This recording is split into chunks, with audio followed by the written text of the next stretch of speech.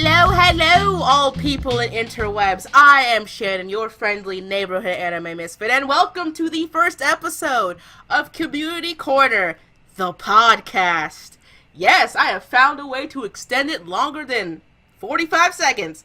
And with me is my main cohort of this shebang project, Lamp, the floating head that has lamp light head. Are you a head or a light? Explain yourself.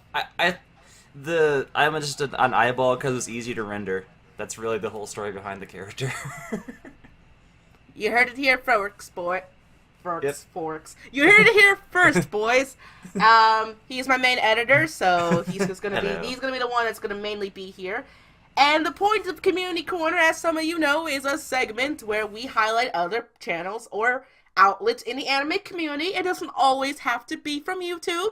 And today, as our guinea pig, unfortunately as it is, comes to us from SlapShoes. The willing victim. Yes. How's it going? I feel like the first man on the moon. I don't know what to expect. Me neither, but we'll figure it out together. So, tell us about yourself. Well, I'm SlapShoes, or your resident southern weeb.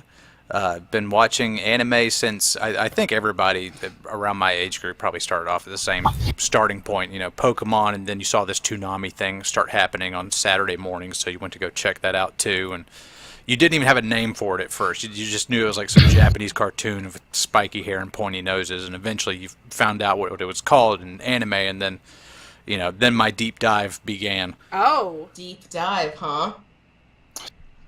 I remember when I watched my first anime that had never been aired on TV. Somebody just sent me the first DVD of Lucky Star, and back then DVDs only had like 4 episodes on them.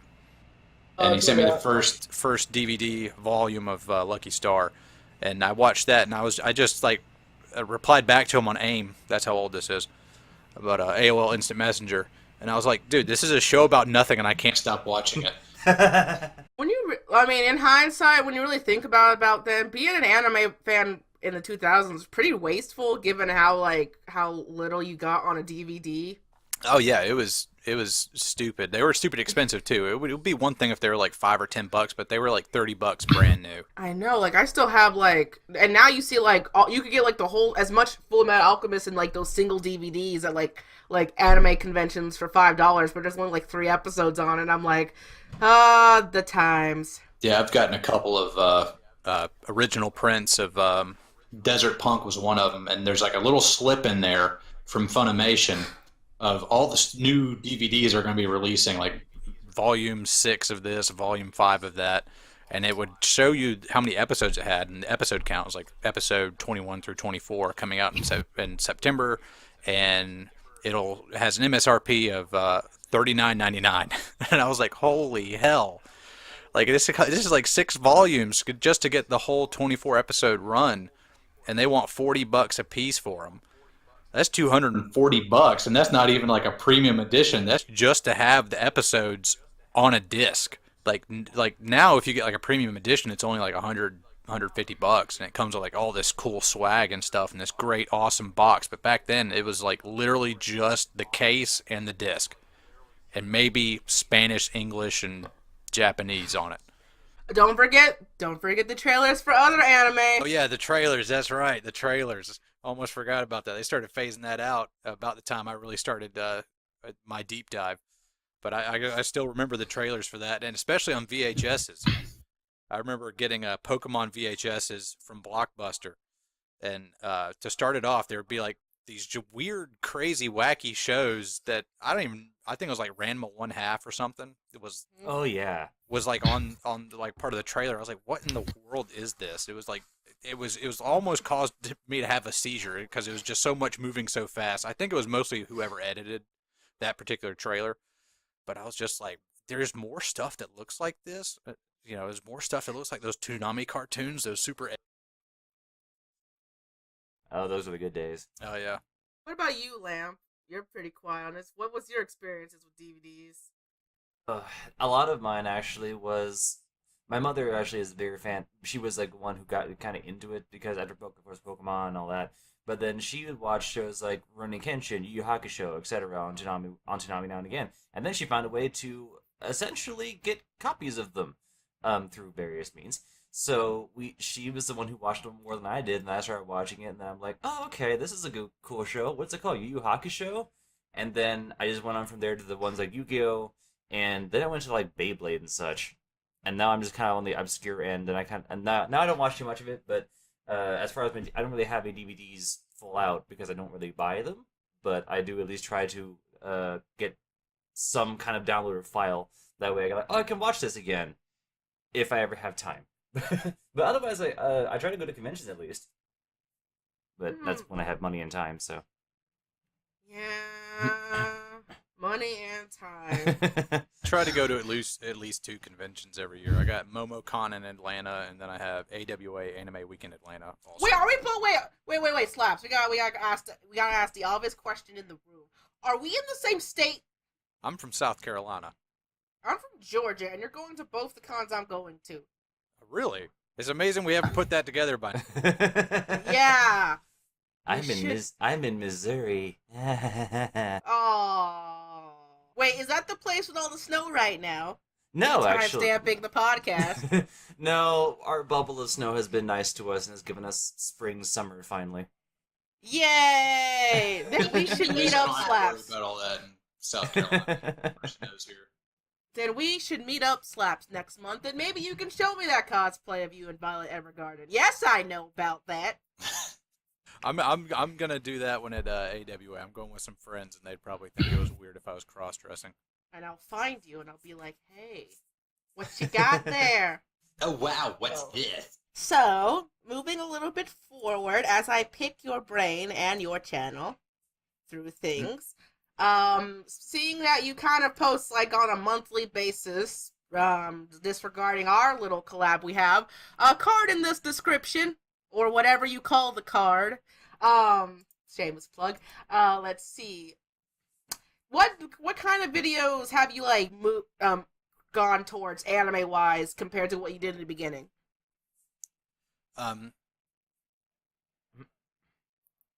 Just simple reviews that took up like 4 or 5 minutes. They were easy to do.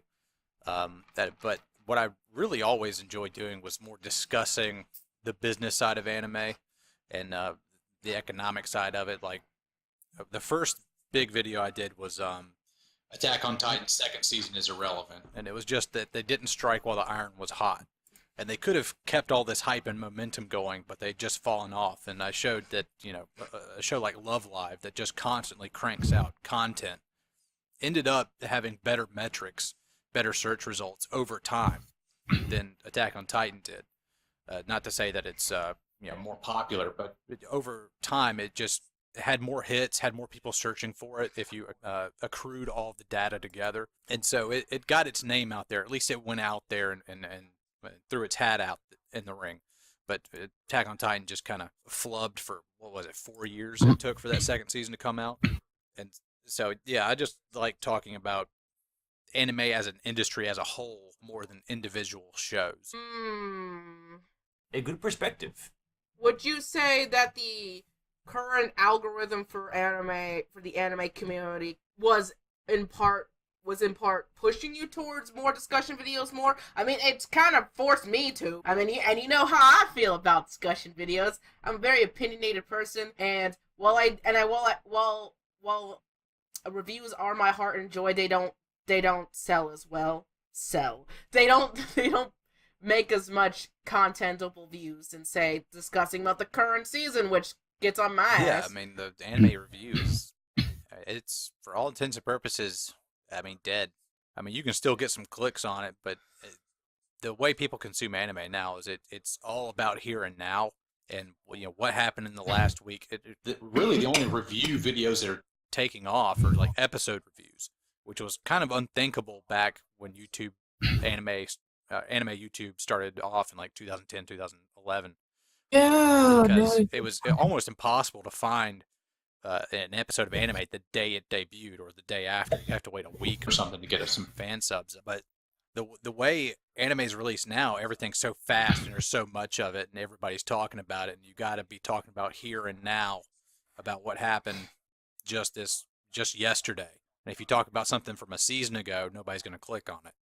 I feel like it kind of. I don't know if it just is just solely in the anime community because I'm being biased, of course. But like, I feel like with our community specifically, it shows more apparent how the hierarchical system of popularity growth can equal ease of workload. I mean, I don't know if anybody in the audience pretty cares much about this stuff, but like when you're at least for me, my experience as someone growing to get to 100 to 1000k subs and that stupid requirement, like you kind of have to chase the current content as much as possible, even if I begrudgingly don't like it. But I notice that like once you're at the Gigook level or the or Nobles level, you could pretty much have a more specialization of something like memes or first impressions or like only posting like once every few months. But that also depends on like quality of content, of course, which is its own can of worms. Yeah, Gigook is like, by virtue of being around so long, he got 1 million subs now. He's probably on his way to 1.5 million. But it's refreshing for him, or for me rather, to see him going out there and just making like meme videos and just having shit post about the lifespan of the typical otaku and stuff like that. It's funny. I like that. I find it like really entertaining. Whereas Mother's Basement, half his videos are just kind of clickbaity seasonal stuff that I'm not really all that interested in. I did briefly tune into his Rise of the Shield Hero commentary because I didn't actually watch the show, but I got the gist of what he was talking about of the show from him. I actually like Unique. One of the channels I really like is Uniqueosaurus. How do you say his name? I know people know who I'm talking about. He's the anime who has the avatar with the blue shirt avatar and the really blonde hair, and he's one of the main people in the pro pirate camp. I appreciate I respect him. Wouldn't get along then. I mean, when it comes to like certain topics like piracy, I do respect his opinion. I mean, and he's kind of one of the creators I have seen, for example, that kind of fits this perfect mold of what I'm talking about with workload. Like he's kind of in the middle of his popularity growth, where he can kind of talk more about discussion things, but they're still relevant to the current age. Mm-hmm. And if you compare, maybe I'm kind of out of the loop, but I have been seeing a lot of flack Mother's Basement gets. Maybe he's becoming really formulaic, or is it because but then again, if you rely a lot on... I think his main problem is he just like drags videos out too long. He has a point that's a decent point, and he can make it in 5 minutes, but I mean, he lives off of this. This is his job, so he's got to drag that out for 15 minutes so he can get that second set of ads. Yeah. I mean, I wouldn't say his model is bad. It's working. It's pretty much, objectively working for him, and having a sponsor is a lot more secure than, say, not having one and focusing solely on ad revenue. And having of course, Patreon and Ko-fi are doing, I have a couple ideas myself for that idea. But, like, I guess what I'm trying to say is that in the ethos of the community, where we're not as, like, coming together as, say, the gaming community where it does collabs, like, every other second, where we kind of are all on our little Galapagos islands. I don't know about anybody else, but I maybe I'm wrong and being pretentious. I just hope, at least from my perspective, I kind of want to meet more people and connect. Yeah, in the anime YouTube community, there's not a whole lot of collaboration going on. I remember Podtaku and Jtaku, those fell off. They were really fun to listen to hear Gigook and Holden and Glass Reflection. I have all of them on one podcast. I miss Holden, man. Yeah, it was awesome. He does like live streams on Twitter now of him doing animations and stuff. It's pretty cool. Yeah. But I don't think he uploads like any like anime review stuff anymore. But I don't know what it is about the anime community, but there's just no collabs going on. When you do see like this sort of crossover event, it's usually Digi taking a swipe at Gigook for something, and then they go to Crunchyroll Expo, and they have like some discussion up on a stage, and then they never mention each other ever again after that. They mostly, I know the most collab I've seen is diss tracks, or like, you know how all people are doing those diss tracks or whatever, those rap things where everybody kind of raps about. Yeah. Yeah. Where'd that come from? Who is it? Okay, what, you two, where did that start? I don't know.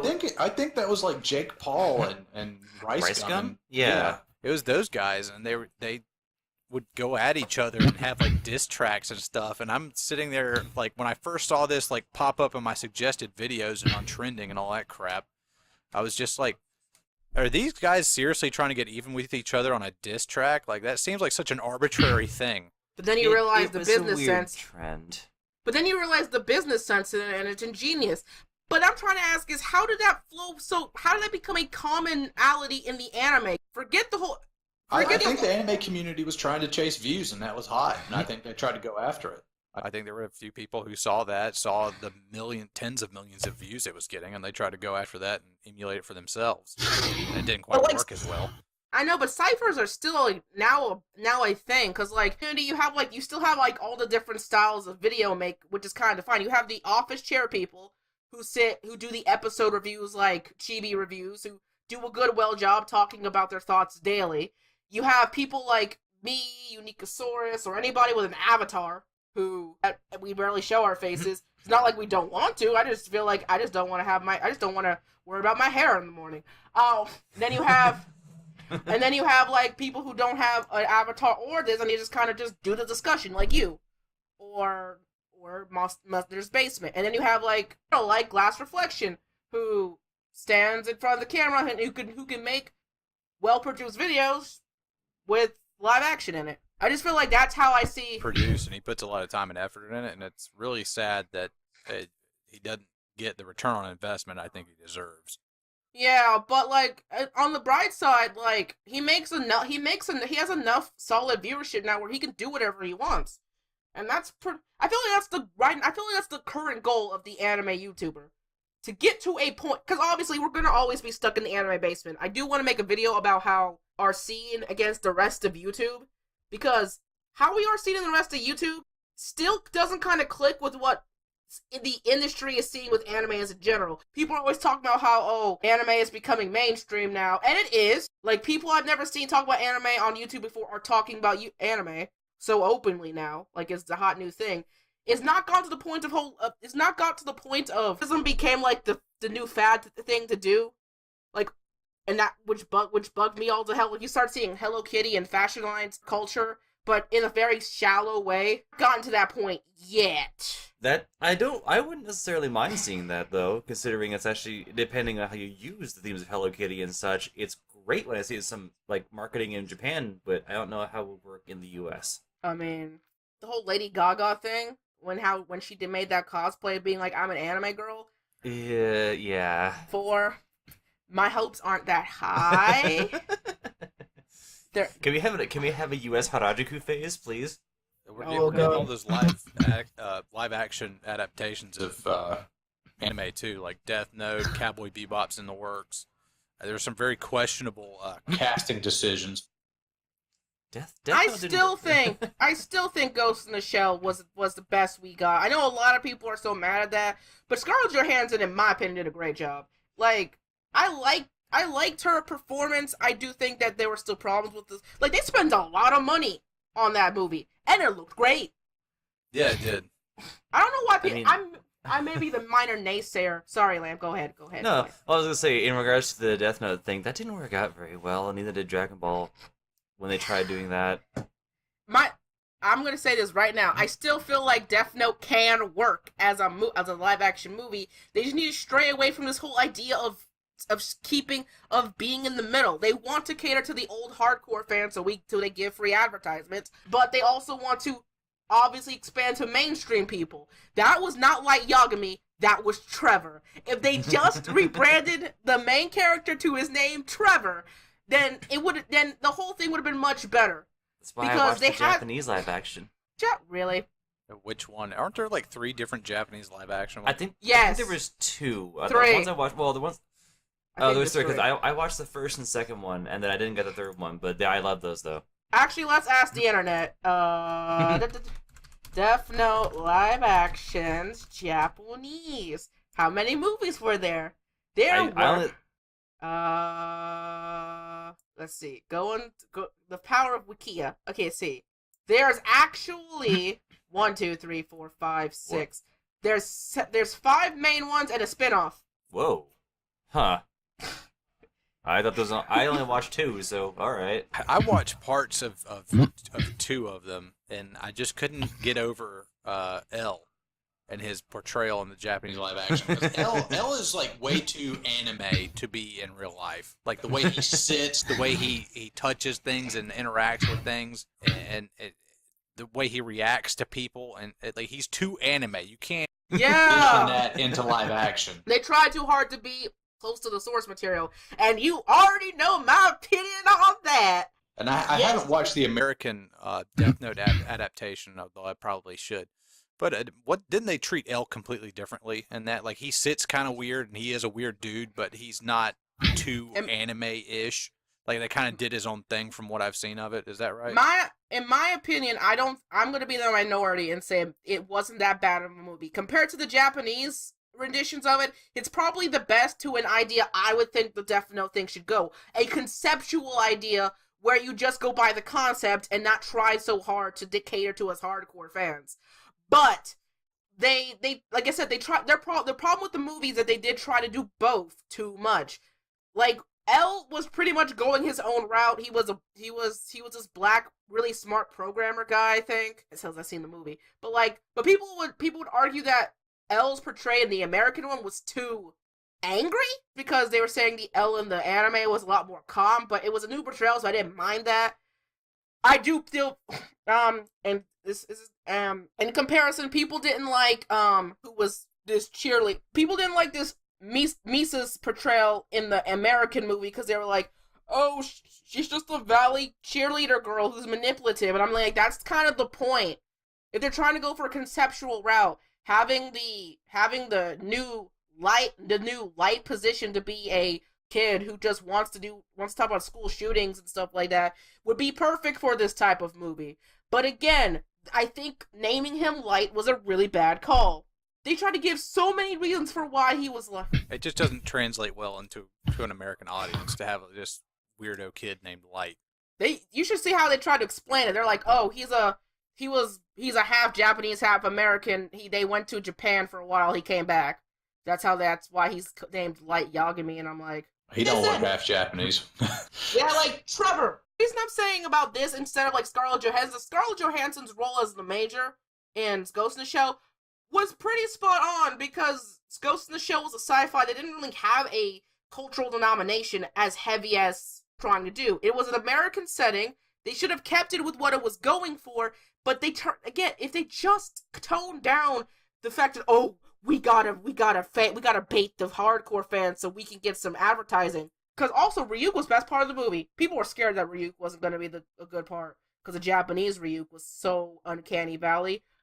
Oh, who did they, who was the guy they cast? Was it Willem Dafoe? I'll look it up real quick. Yeah, good up, Lamp. But yeah, Ryuk was best part of the American movie, which blew everyone's expectations out of the water. So that's my main reasoning for why I defend the movie so much. If they kept things conceptual, then no one would have a problem with the movie. It was Willem Dafoe. Yeah, it was Willem Dafoe. I really like that cat Decision, because that was fucking spot on. That was perfect for him. He did motion capture too, apparently. No, I didn't know that. That is They motion captured his face for Ryuk, apparently. And he played the Green Goblin. Goblin in the original Spider-Man movie back in like 2001, right? Yeah, I think so. Because he was a lunatic in that movie, so this is like perfect for him. That eclectic, crazy, unhinged kind of god of death. That's a perfect. Yeah. So I guess. Oh God, what was the main point we were all trying to say here? I think we lost it somewhere. Yeah. The weebs in the mainstream cat. Yeah, there we go. Yeah. So Mainstream. yeah, And anytime I wonder about us, how we feel about anime adaptations in mainstream American media, I always think of like Avengers: Infinity War, and as much as I enjoy that, and everybody else enjoys all the Avengers movies and all these comic book movies in the Marvel universe, I know there is a group of people in a comic shop somewhere who are like, these movies are trash. Why do people like them? And I think that we're kind of going through that same thing. Like, we don't really know the movie where we're going. action adaptations are going one way, and we're trying to pull it back the other way. Yeah. What direction are we going with this, and where it's going to end up at? Oh, now I remember. The reason I brought that whole mainstream conversation up was because how we compare our anime community on YouTube to everybody else. Because in comparison to the whole mainstream topic, we're still considered like part of the basement. Have you heard of that, you guys? We're part of the YouTube basement. I heard the name now and again. Yeah. You know what it is? Not really. Yeah, just like YouTube channels that just can't take off, right? No, it's like genres that are too weird for like the mainstream of YouTube to like get like the mainstream. Like think of like YouTube as a house. The rumpus room or the foyer would be all the advertiser friendly channels, like the kids. That would be like anything that like all the channels that always get like favorite Reviews. Yeah, yeah, they would get like the red carpet treatment. Then you have like the man cave, which has all the gaming content and all the nerd stuff that they want to push their advertisers to. Then you have beauty channels in the bathroom with all the DIYs and the cooking channels. We have the living room for the real mainstream people that just don't watch internet, like the late night TV show host. Other animation that they finally got that are getting the respect they need are up in the roof, which is they're kind of like out of it. Like them in animation is kind of out of it, but just enough where people consider that okay. And then you have everybody else in the basement, which is things that are too weird, too obscure, or too niche to be considered something that would ever grow as fast as, say, gaming on YouTube. Yeah, the anime YouTuber community is built around a whole lot of people who like specific subgenres of anime. And that is a niche market already inside of another very niche market. As mainstream as it's gotten, anime has with all these film adaptations and everything. And what I would like to explain in a future video that I have cooking up is that within that basement, there's already a hierarchy of what's considered at the top, and I would say anime is considered at the top of the basement, right in front of the door to the kitchen with all the cooking channels and stuff. Where we're just being seen by normal people, but just not enough. And then like below us, we would be like really obscure shit. Like what's really obscure? But that's not conspiracy theories because that's really low in the basement. Something like more obscure, like that's okay. Rooster fight. Like there's whole thing about like exotic animals or what was you saying, Lamp? Like obscure as in just anime related or obscure in general? Obscure in general, like between I'm trying to find that thing between anime and like things like not advertisers friendly, like conspiracy videos. That weird video about that man who puts ham on his face and tries to be Britney Spears. Oh, okay. Like How to Basic. Yeah, How to Basic. That's good. Respect to How to Basic though. There's a certain market for that. Yeah, like. Filthy Frank was kind of like in that same vein. Yeah, Filthy Frank's in the basement with us, like... Papa Franku. I mean, I don't know where the commentary community would go. I think we're there in the basement with us, but they talk so generally about everything, they're kind of like... Yeah, I would say commentary community are the backyard, where they're just kind of watching from afar for the sake of commenting on everything. Yeah, that's going on. Really obscure martial arts videos will be down there. Anyway, I mean, there's videos like I Feel Fantastic, which is its own thing altogether. Yeah, or like Salad Fingers would be in there too, like 3D animations. Yeah, Salad Fingers. What I'm trying to say is that when you think of, I've heard that term ever since I was in high school. Anime is in the YouTube basement. A phrase that means we're just too niche. Yeah, but niche can be good too. As fast as other channels. Success in the community is kind of hoarded by a group of maybe about 20, 30 people. Yeah, and I feel like that is a problem overall. I don't like how the anime community just is kind of eating its own tail. Where they're certainly not working with each other. Like this goes back to the collab thing. Like people don't interact with each other hardly at all. But you take a look at I'm really big into sports. Motorsports and American football, and in the American like football YouTube community, it's actually a community. Like KTO and Highlight Heaven and some of these other guys will all collab with each other, and they'll even put videos on each other's channels. That's Completely unheard of. in the anime community. I mean, could you imagine Gigook putting up one of his new videos on Digibro's channel? I mean, that's something I hope that changes. Maybe that's what I wish to do. I wish to kind of like, but I've said this before earlier, so I won't go too much on that. I guess what's coming back around is that I want I wish the anime community was out of the basement. I do. I wish we were like at least in the kitchen with all the food and with all the cooking channels. So we're somewhat relevant. I wish it just feels like it never matches the hype I always hear about anime being mainstream in general. The industry's biggest problem now is they don't make a whole lot of money. They got a lot of eyes, but they can't transition those eyes into money. And that's where it leads us back to piracy, huh? And if you believe it or don't. I guess I know piracy happens a lot. Okay, let's just be transparent. What? I'll start with you two. What do you guys think of the whole piracy biz? Like, I think I'm along the lines of more like, while I don't like it happening, there are times when the piracy is a necessary act for some things. And I say that because there are some shows that are either no longer broadcast or are no longer found or cannot be looked at by any other means besides obscure files. Then sometimes that is for preservation and then to keep it around.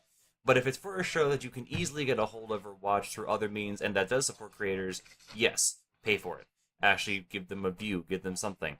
But sometimes there are like rare, obscure ones that you really have to pirate to get. Alright, Slaps?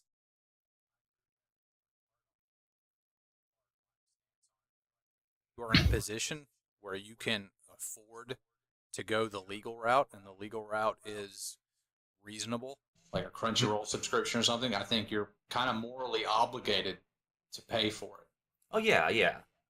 Yeah, so, but, for example, Neon Genesis... Evangelion, before it got picked up by Netflix. The only way to watch End of Evangelion, or the original TV show, was...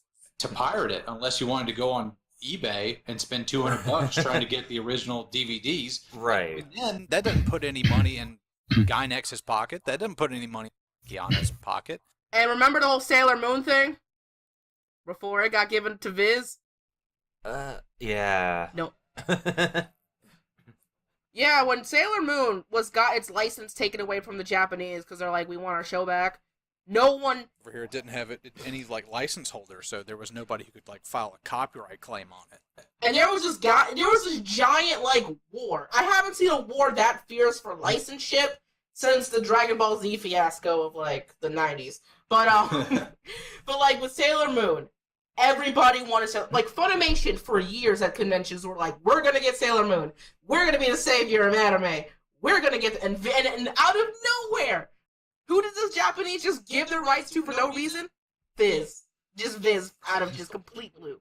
I never expected Viz to get them, but they did. And Viz doesn't even know why they were given the rights to Sailor Moon. They were just, here you go. And then on the other side, you have Aniplex, which just charges an exorbitant amount to watch their... They usually put most of it on Crunchyroll, but you know, if you actually want to buy a physical copy of it, it's, you know, Bakemonogatari goes for like $150. Oof. They're pretty smart. They go for shows that are either going to be super popular. They're kind of systematic. They go for the shows that they know are going to be super popular, or shows that are unique enough to sell against their other products. Like they don't like try to get everything like Funimation, and then Sentai kind of picks up the dirty scraps. Go for heavy hitters. It's like Kill la Kill, Bakemonogatari, that whole franchise. They took Magi. They took Magi, and I'm still salty about them. They did. That was a rather obscure choice for them to go after. And did I still buy the first 12 episodes when it launched for $70? Yes, I did. I have a problem with this series. 5 volumes of the limited edition Kill la Kill releases cost me $250. No, 300. I think they're going for wow, 60 a pop. But I love Kill so much, I was just like, you know what? I got a great job. I'm making tons of money. Who gives a like it's working for them. But as for me, in terms of the piracy thing, I'm gonna take the baton torch from Slaps and say, it it does depend on if you can afford it. However, I believe that there is only so much you can do on a consumer side. For example, I have Crunchyroll, I have Amazon Prime, I have Netflix, either going to my friend's house or using our families when we do. I buy DVDs. I do as much as I can. If I can't afford anything else, or it's unlicensed, because there are a lot of shows that get unlicensed, like those really obscure fetish shows, or the hentais that get skirted in every season. I pirate anything else. And I believe that you shouldn't like Salem witch trial anyone that does pirate if they can't afford it, because 9 times out of 10 they're either kids that don't have credit cards, or people that have the availability. So I'm a little more. I'm against going on witch hunts, and a lot of times it's hard to figure out which streaming service has what show. Like, I was watching a show on I forget what the show was, but I was watching like 2 or 3 different shows on Kiss Anime that were actually streaming on Netflix or Crunchyroll, but they were just so obscure that Crunchyroll didn't advertise them. And when I did a Google search for this show streaming service, the Kiss Anime was the first thing that came up, and Crunchyroll didn't even show up in the first or second page. I so suggest I just didn't know it was on Crunchyroll. I suggest because.moe. That's the site I always go on if I don't know if a show is licensed or not. I mean it came out of nowhere, and that's how and it kind of helps, but at the other time, like, for example, there's High Dive. High Dive is trying to go, is basically, you remember the whole, like, do you know the whole thing about how, Verve no longer has, Crunchyroll? No, Funimation. Funimation had the falling out, and they left Verve, so High Dive took its place, and High Dive is basically the Sentai dumping lot. Really? But they do have sub and dubs. I do like High Dive as a service, I just feel like, but it's weird. I like them as a service business model-wise, but they don't offer a lot of heavy hitters, and if they have something that is a heavy hitter, it's normally on Crunchyroll itself. But I hate the fact that I have to just go to Crunchyroll all the time because it's a monopoly, and I only use Crunchyroll when I want to watch anime, because I don't like using Crunchyroll for any other thing, because their store is too high, their store is too expensive, their manga service is Count. Yeah, their original projects is a big can of worms that everybody knows. They kind of toot their own horn too much. Crunchyroll Expo, if you're not in California, you're pretty much screwed on that. Oh, and that High Dive has an app. I didn't know that. Yes. Wait, hold on. In terms of the Crunchyroll in general, I wouldn't say I'm on the Crunchyroll hate train.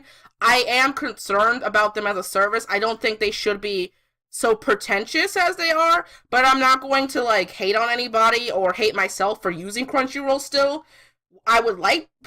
But that's just the problem with streaming culture in general. Everybody's moving to a streaming service, and while the argument can be said, there is a moral obligation, I feel like it's getting to the point where we might end up like TV again, where the only way to solve things for the consumer is just to put different streaming services in a bundle like Verb, and then we're just back at TV again. It's just on internet. Good old days of cable. I think here in about 20 years, TV's gonna be completely dead. And if it is, like, if you're just watching, like, there's only so much you can do with one's income. And this, I know, first world problems, and there's the whole thing about people in other countries can't afford it. But if you're, like, in America, there's so many people vying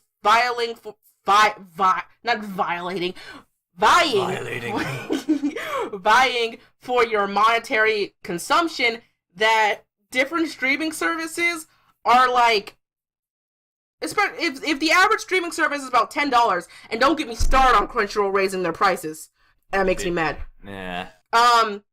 With everything adding up, like, you're gonna have to let some stuff go. Like, remember how, like, Amazon's anime strike pretty much put a wrench in everybody's plans? Right. Yeah, it's just a horrible business model. And, like, added on the fact that we have things like High Dive that are like, they have a very small price, but a lot of the anime but unless you're looking to do, I feel like High Dive, for example, is only really good if you're actively looking to watch things in your backlog. Otherwise, you're pretty much fine with just Crunchyroll, Funimation, and just pirating everything else. And I know that's sad to say, but but the average person can't, like, afford, like, 6 or 7 streaming services. It gets too muddy. Logistics are gonna become a problem soon. That's my stance on the whole thing.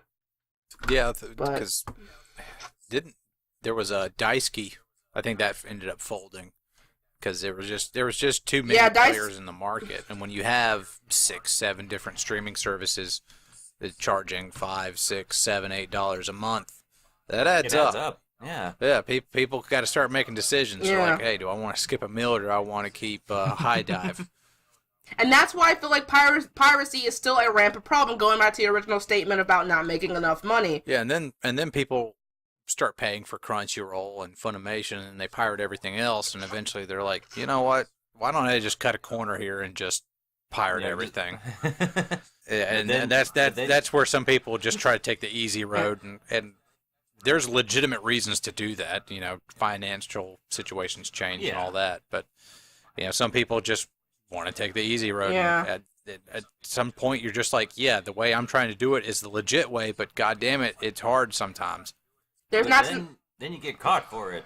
I mean, yeah, there's no. I mean, yeah. Am I saying it's an excuse? Yeah, I've gotten a cease and desist letter before. Yeah. Is it an excuse for saving on money? No, it's not. Like, I get it. The whole piracy bad is objectively still bad, but I'm not going to hound people that's pirate for their own reason. Now, am I going to hound people for forcing others to hate Crunchyroll just because it's the thing to do? Yeah, I mean, if you still like Crunchyroll you should just use it. For example, the only reason I don't pirate as my main source anymore is because I'm fucking tired of things like Kiss Anime asking me for money, like through Patreon, to keep their own site up, when their site is filled with bugs, and every time I press the play button, I get some kind of weird malware. I literally got my computer broke twice because of pirate sites being like, hey, we're gonna put an invisible ad in front of the play button.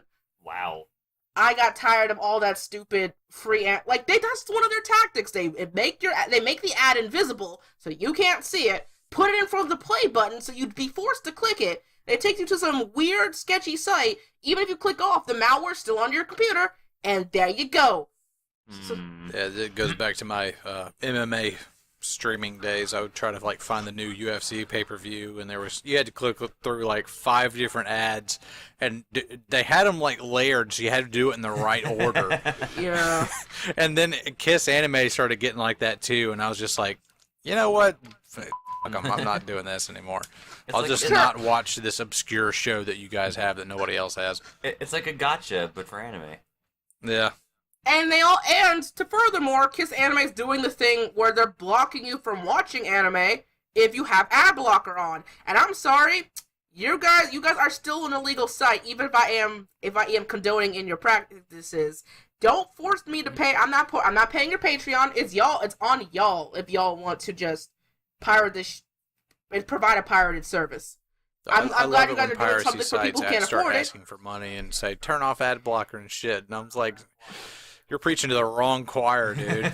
Yeah, and from then I'm like, that's why. So in a way, I'm kind of on Crunchyroll out of spite. The best way. Out of spite, man.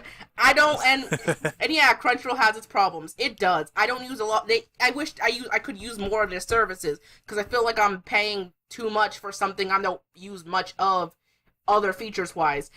But man, I'm not. If I don't want to go back to the days of having to click through everything, I'll do that for. And yeah, there are other sites like Watch Anime Online. Also, speaking of, I don't think there is one thing from people like Mother's Basement or people tied heavily to Crunchyroll that I am kind of concerned about. The whole censorship of saying certain things, like saying the pirate sites, is not going to... People already know the pirate sites. It's not going to stop people from knowing what they are. Yeah, if you just don't speak its name, it'll go away. Like Freddy Krueger. Yeah. Yes, piracy is objectively bad, but you don't have to pretend... But, it's that kind of censorship or, that kind of squeaky cleanness from, Crunchyroll partnerships that do concern me. I do see what people's points are on that point, and why people are concerned about when YouTubers kind of join partnerships with things. Can be like that. Overblown. I do see what they're talking about. Woo! You okay? You good? I got a real rant session about that. That current event's about people hating Crunchyroll and being like, Crunchyroll should die. Anybody who still does Crunchyroll is a witch. Burn the witch. Why would you burn the witch? I remember when Crunchyroll announced Guardian of the Spice, yeah. And everybody turned on him. They were like, dude, just give me anime. I don't care about the Steven Universe clone. And people got out the pitchforks and torches. I was like, dude, it's a trailer. It's it. It's like in the beginning stages, and you guys are ready to just burn the whole place down. I'm like, everybody chill out here. Let's at least see where it goes. You know, and I think I made like a whole video on that. We've all made a video on that at this point. But I took the other road on it, and I was just like, holy crap, Crunchyroll's making original content. You know, how long does it take before they start, actually getting like anime created? I mean, there was the Children of Ether they were collabing with and I finally figured out what it was. It was Children of Ether. It was their collab attempt with a French studio to make an anime about people of color, characters of color, and I'm like, as a black person, I appreciate the thought, but you don't gotta rub it in. Make a good show. You don't see me like highlighting the emphasis on why they put Simon in Durarara because he was black, because he was a good character. He just happened to be black. Yeah, and then 9-0 on Twitter went after Digibro saying that Digibro asked for like hot takes and controversial opinions, and 9-0 came out and said the reason why people think that Samurai Champloo isn't as good as Cowboy Bebop is because it was made with people of color in mind, and that Mugen is kind of like a person of color, and that's why people didn't gravitate towards it, and a lot of anime fans are like low-key racist and all that. And I was like, all right, hot take. But I think most people, as Samurai Champloo has gotten older, appreciate it more and more. And I think most people kind of hold it on the same sort of ranking as Cowboy Bebop. It's just the slightly more, not muffled, but like sort of underground Bebop. It's still respected the same way. I haven't heard much bad about it. I think people just kind of don't talk about it much. Yeah, but I mean, like my point was, like, people really love Samurai Champloo. And some of these other shows and other shows that had people of color in them were just kind of obscure because they were just obscure. Nobody ever made a comment or a review saying, I didn't like this because it had people with too dark a skin in it. It was always just like some niche show already, again, a niche show in an already niche kind of medium of anime. I mean, like, I don't see much issue of. I do see my only real issues with black characters in anime is that Japan's like interpretation of us is kind of dated. It's kind of funny. Like, in a way, they were isolated for a long time, so like you can tell which creators kind of like leave the island to go see other cultures, like JoJo's. JoJo's is proof of what happens when you really do your research and go actually ask some questions about other cultures, exaggerate them in a proper way, compared to like say Dog and Scissors, where or any type of other just ecchi anime where if you see a black person or a person of color, they're from the 70s. Why is it always from the 70s? Why? Well, my favorite person of color in an anime is Dutch from Black Lagoon. Yeah. And they had Dean Redmond voice him in the dub, and that was because the director of the anime specifically requested him. And I don't think he's ever done any other anime or any other animation other than that one role as Dutch. I mean, like, I don't want to spoil this for a future video, but like, I'm just saying in general, is like the worst. It's not. I don't get offended when I see a person of color mostly in anime, because it's either done so comedically it's just a caricature at this point, or it's just really dated. Like, again, why is it always the 70s? Afros, or they're like Blade. It's basically their Blade. Like, every guy character is a bald badass with glasses, like Blade from Marvel. Or if they're a girl, they're either like so. Because when I see black females in anime, they're either done with a lot more direction, or they're just a Japanese person that just has dark, which kind of loses the point of them kind of being like they're just there by design. Right. Who knows? So before we wrap this up, because what time is it? Yep, right on time. Um, I want to end this off by picking off a certain video on your channel, Slaps. Then you can tell me about what other projects you have in the works. But would you like to explain your 2018 Anime of the Year? I noticed that it's tell me about that particular video in general and your mindset of that and why you picked the thoughts you did, and cause your like to dislike ratio I found interestingly low. So why is that? Oh, that was from my Rising of the Shield Hero episode 1 review. I saw that first episode at AWA in October the 1st. It didn't debut until January 2019. And so I saw the first episode, put my review out there, and it was very negative because at this point I was starting to get like burned out on isekai anime, and I just hammered it. Because I saw all the plot twists coming, nothing really surprised me. I knew exactly like what type of show this was going to be, and it just didn't jive with me. And so I hammered that show, put out that review, and as the debut day approached, I saw this video had like 18,000 views, and I was like, holy crap, and everybody was livid.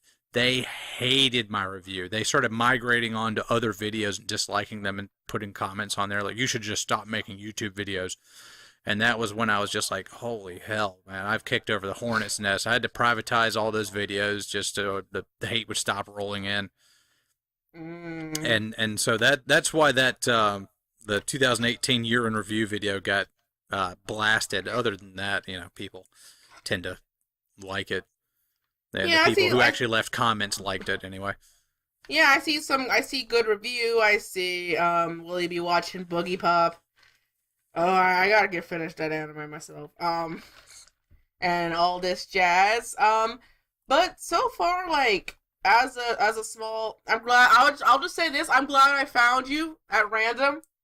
Like how I kind of like found you as a channel was completely on random one day because I was looking up things about Goblin Slayer, and then there you were in the feed. So I just I was already like starting to look for other people for my community corner project anyway, and like again, and your channel is basically an example of why I kind of like doing this. I like meeting new people, and yeah, the problem of there's only 20 or 30 people that people really know on the anime community, and I wish to branch that out more. Right, and it doesn't always have to be YouTuber. Just because if you're not a YouTuber and you're still doing anime content, I mean, I would like to find out more. I find so many people with the community corner segments, and it just shows that there's so much here. It just needs to be fleshed out. So I feel like we should end this off by telling me where people can find you, what are you doing now, and what's coming up later.